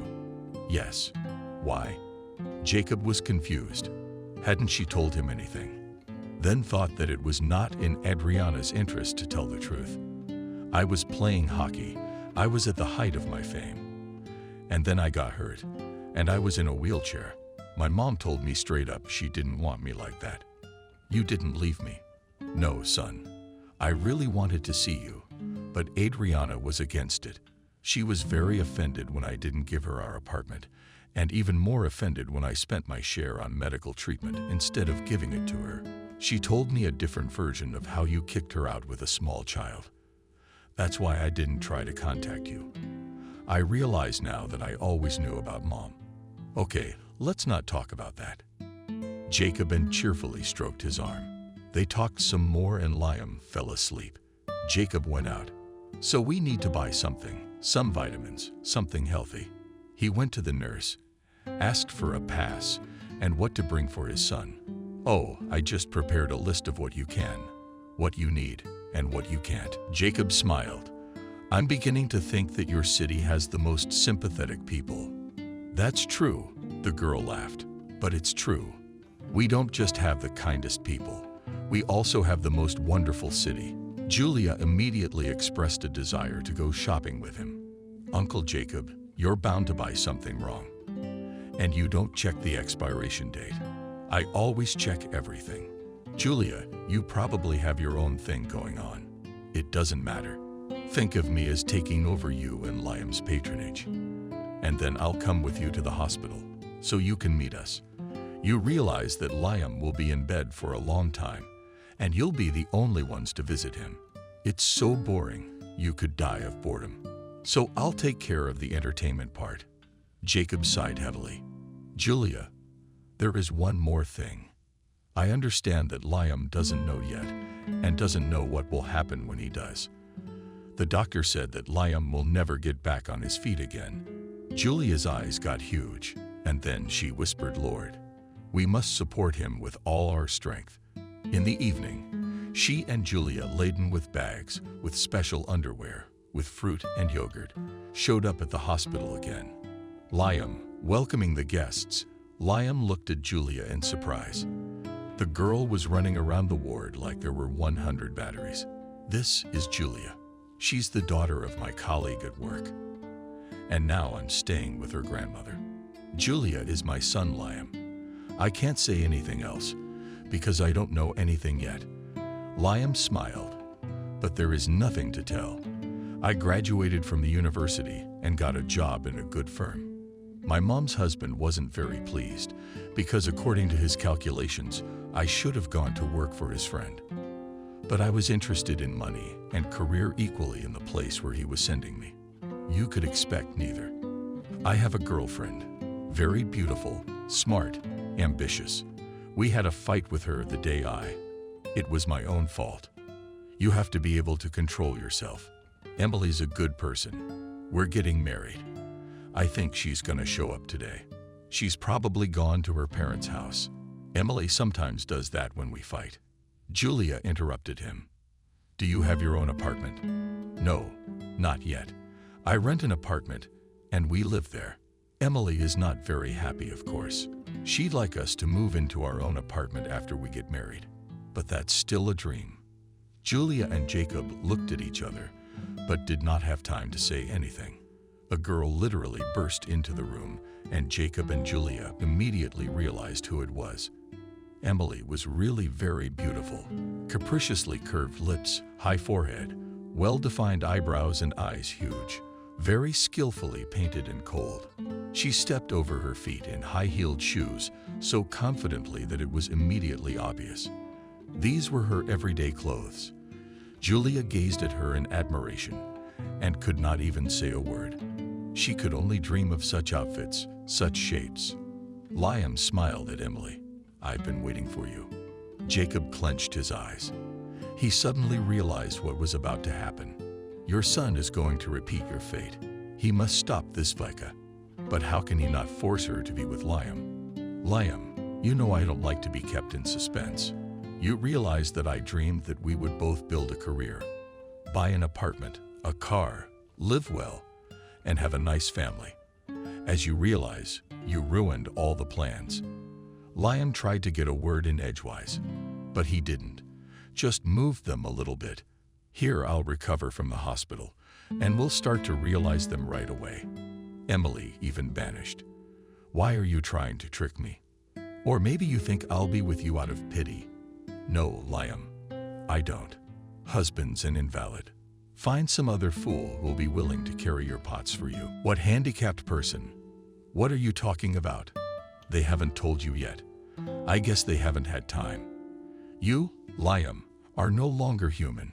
You're an invalid. You'll never walk again. The money we've been saving for the apartment, I'm taking it. First of all, my money is there, and secondly, it will be compensation for your deception. The girl promptly left the room, slamming the door. There was a pinched silence in the room. Then Liam asked softly, Mom knew. Jacob realized that his confession would finally break his son and did not know what to say. Liam said slowly, So she knew. So she left me, just like she left you when.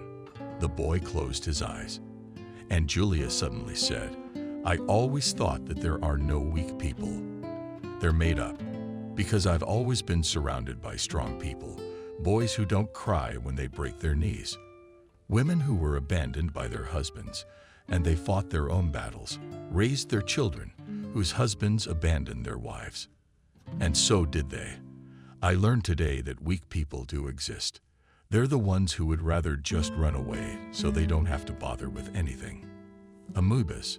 I'm talking about Vika and your mother. Liam. I'm sorry. Liam, who had been lying there with his eyes closed, looked at her in surprise. Then he looked at his father. Will you tell me how you got through all this? Dassen.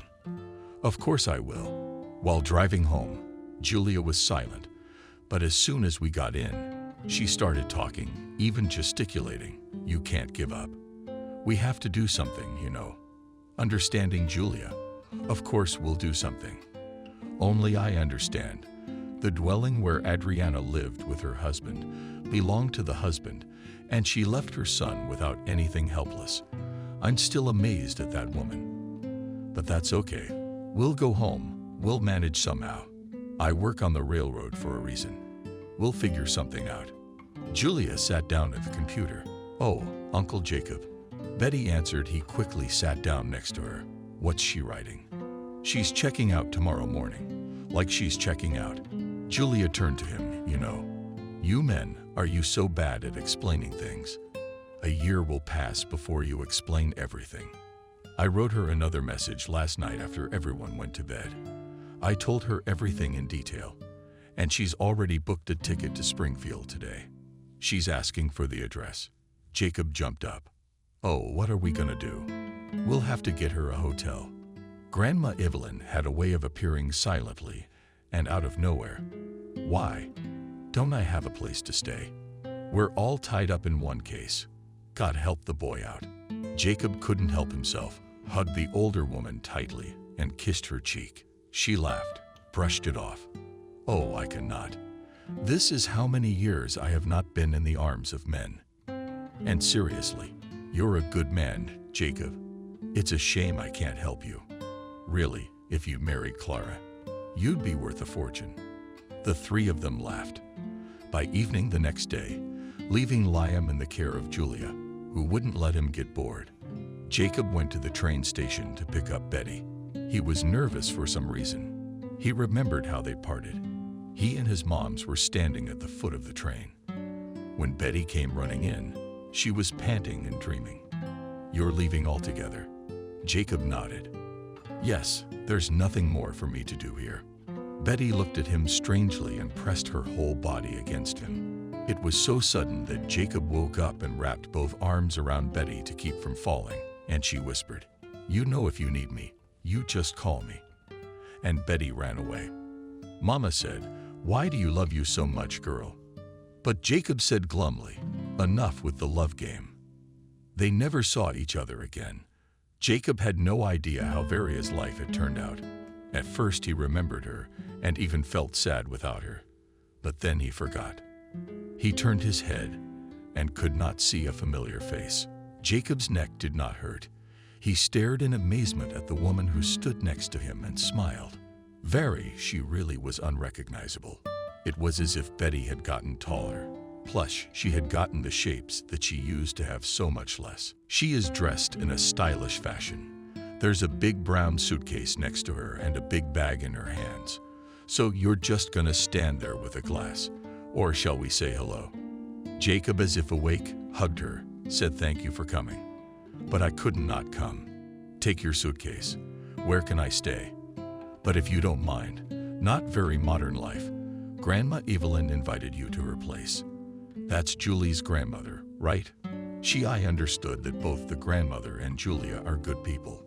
Jacob nodded eagerly. Larry, they are very good. Or maybe I should call you by your middle name. Betty stopped, looked at him. Let's assume it's a joke. Jacob was embarrassed. I'm sorry, please. So tell me, Jacob, what's your life like? Oh, nothing much. I live, I work. Mom, not anymore. Sorry, nothing, Betty. Tell me, will you help me with my son? I don't know yet, but I really hope so. Apparently Jacob had a look of incredulity in his eyes and suddenly asked, and you wrote to me because the fortune teller frightened you. You don't know what I do. No. What do you do? Betty smiled. Well, you'll find out soon enough. The whole evening was spent in conversation. Jacob hardly participated. It was the women who talked. It turned out that Valeria, after he left, decided that she could no longer remain a nurse. She enrolled in an institute and at the same time studied unconventional medicine. It turns out that practical medicine plus unconventional sometimes gives such results that the doctors only divide their hands, but they still refuse to admit that folk methods also work. Betty, what about work? She turned to him with a smile. If you were Sherlock, you'd know that I'm not Betty, but Betty, the owner of a private clinic, which is not so easy to get into. Even though people don't believe in unconventional therapies, and the waiting list for my clinic is a year long. Alex struggled to put his jaw back in place. I'm very happy for you. But don't think, Jacob. Stop making excuses all the time. Even if you called me just because you knew about the clinic, it would still be okay. You're saving your son. And that's what you're doing. Where's your clinic? Washington, D.C., of course. Grandma Evelyn ordered it. My lovebirds, I think it's time we all hit the sack. The girl's tired from the road. I've put you, Betty, in the big room. The doctor, listening to the barbarian's request to let her see Liam's medical history, squinted. Tell me, why do I get the feeling I've seen you before? She shrugged. I don't know, maybe we might have met on some medical forums. The doctor slapped his forehead. You, Betty. And I listened to your presentation with interest and remember how you rubbed the noses of those who didn't believe the real examples. But how did my patients, or rather their relatives, find you? Betty looked at Jacob, but we've known each other for a very long time. The doctor turned to Jacob. Well, you know, I can definitely tell you now that the odds have gotten much better. I don't really believe in all this either. But there's no smoke without fire. Colleague, come on in. I'll give you all the necessary papers. 2 weeks later, Betty told me to bring Liam to her clinic. Tell her there was hope. She shook her head. I won't say. You see, Jacob, all or almost all of a person's problems are in the head. That's where you need to look for something that will help your son. We may find it quickly. We may never find it. In the evening, Jacob called Peter. I'm sorry. I don't feel comfortable talking to you anymore. But I need to move my son to the capital. Jacob, what are you talking about? He's uncomfortable. Let's call me back in an hour and I'll look into it. What's the best way to make this work? Thank you and thank you. Yes, Jacob, talk, Pash. I'm sorry about our conversation. There was a pause in the receiver. Then Peter said, do you remember him? I remember him. But I didn't have the guts to apologize. But now there are no more misunderstandings between us. Don't worry, I'll figure it out. Jacob hung up the phone and felt a little better. An hour later, Peter dictated the number of the train. The conductor is a man and will help them. Jacob hung up the phone and managed to notice that Julia had tears in her eyes. So what happened? Julia stubbornly looked away, but Jacob took her by the chin. Tell me what happened. Julia suddenly snuggled into his shoulder and burst into tears.